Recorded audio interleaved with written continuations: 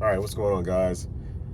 Just wanted to drop a video. I just got back off of vacation and it was amazing, and I'm glad I did it. I needed it to kind of rejuvenate myself, to, motivate myself to keep pressing on. For us entrepreneurs, sometimes we don't take the time to take care of ourselves, whether it be our physical or our mental. So you want to make sure you do that throughout this journey. Take time for yourself in order to be in a position that you can keep pushing your business and moving your business forward. So what I did today is that I just got back from my vacation, and my cleaner needed a break, needed a day off, and she's an amazing cleaner. It's an apartment high-rise that we have here in downtown Columbia, and she just needed a day off to, spend time with the family, and I'm all for that. Make sure that you have systems in place that you can fill voids in your manpower, so that things can run smoothly as if that person was still there. In order for that to happen, you have to understand what the scope of work is, what needs to be done, so that when you put somebody else in that position, in that job, they can just fit right in as if the person never left. So with this account, the lady that has been performing this job from the time that we got the account has done everything. I actually have never cleaned this building at all. She was there when I got the account, so it was an amazing opportunity for me. But what I realized is that I don't know what she does, and I'm honest. So I just went back over the scope of work and kind of went that route, and I broke down to the new cleaner what exactly needed to happen, just from the lobby to the bathrooms and everything, and then just put her into that job.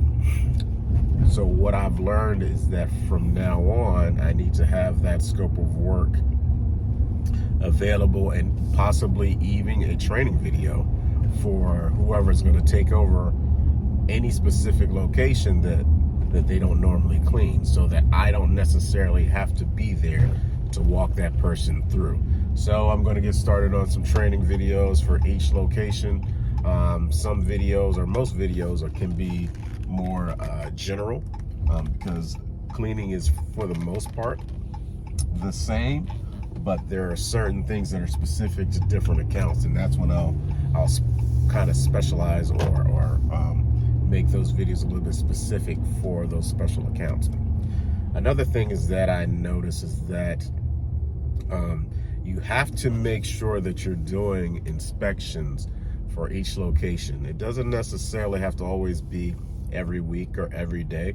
You want to kind of make it sporadic or spontaneous, so that the person that's actually cleaning the contract doesn't know when you're coming. You can, which I do with my location that's in another city that's an hour away. I let them know, because I'm not going to just show up. It's an hour away there, hour there, an hour back. So I kind of give them a heads up sometimes. But a lot of times you need to just kind of just pop up and check on the accounts.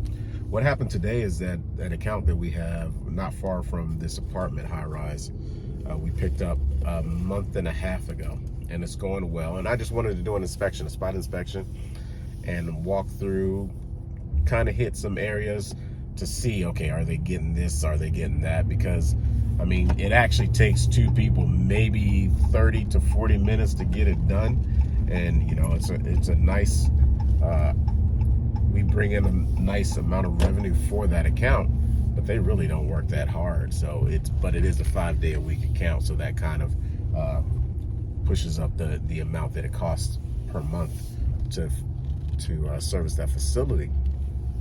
But while I was doing that, what happened is that sometimes you don't always get feedback about how your team is doing. And we took over this account from another cleaning company that wasn't satisfying the client. So while I was walking through, one of the people that has an office in there, came out, and I asked her, I said, hey, I'm just want to get some feedback on how this new cleaning company is doing. We just took it over about a month and a half ago, and we wanted to make sure that we're meeting your needs and if there's anything that we can kind of brush up on, let us know. So we got nothing but rave reviews, which is good.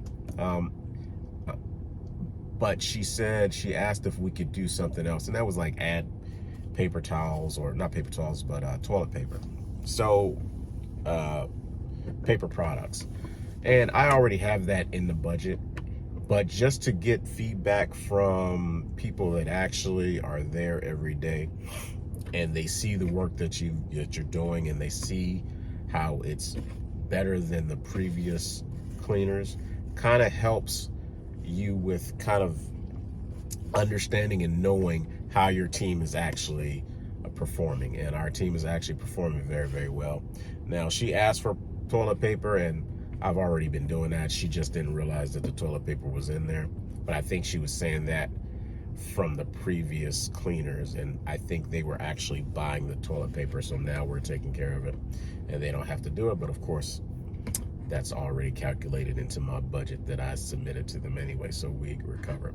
But always try to get feedback from your clients about how well your team is doing, if there's anything that we can improve on, and that'll help keep you on your toes and keep you moving and doing the things you need to do in order to keep that account. Also, while I was there, to caveat on that, I got an opportunity from the same location to do carpet cleaning. While I was there, the person who does the maintenance and that was responsible for bringing us onto the team asked if we could give him a quote for carpet cleaning. Now, I don't personally do the carpet cleaning. I subcontract that out to one of the people that I am an affiliate partner with. But being able to be in a position to show your face to the clients, let them see you are actively involved, excuse me, in what's going on, and knowing that, hey, you take their account very seriously, as if they're your only account. I treat all my accounts as if they're the only ones that I have, so that they feel important and know that we are a company that takes their satisfaction seriously. And that's what keeps us going. That's what keeps us getting accounts.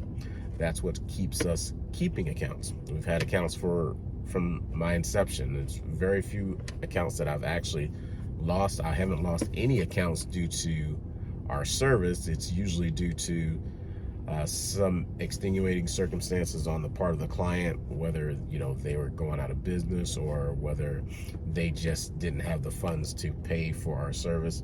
Whatever it may be, it was never our fault. And I'm not saying this to boast, but I'm saying this to make you always provide a luxury service to your client at all times, no matter how big or small your client is. So just go back, kind of caveat or summarize some of the things that I was talking about.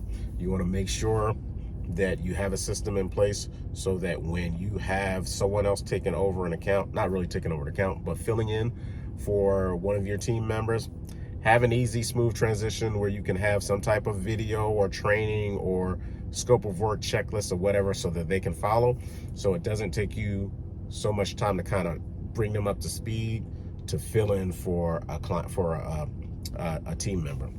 The other thing is, make sure you expect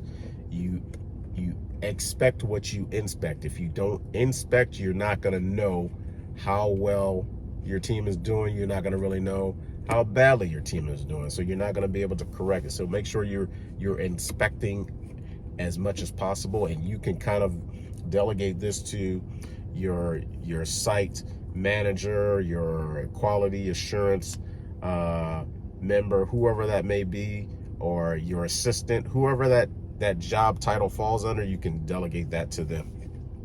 Knowing the supplies that's required for each account, you definitely got to know those supplies when they're low and when you need to replenish them. And are you going to be the person replenishing them? Right now, for the most part, I am, but I'm starting to delegate a lot of that stuff to other people to put them in position to take me out of the working in the business and start working on the business. And I think the last thing is, always make yourself available to be able to provide additional service additional upcharge for other services that you provide to your client. And a lot of times they do that. If you're doing well, they know, hey, well, if you do this, then can you do this for me? Can you do that for me?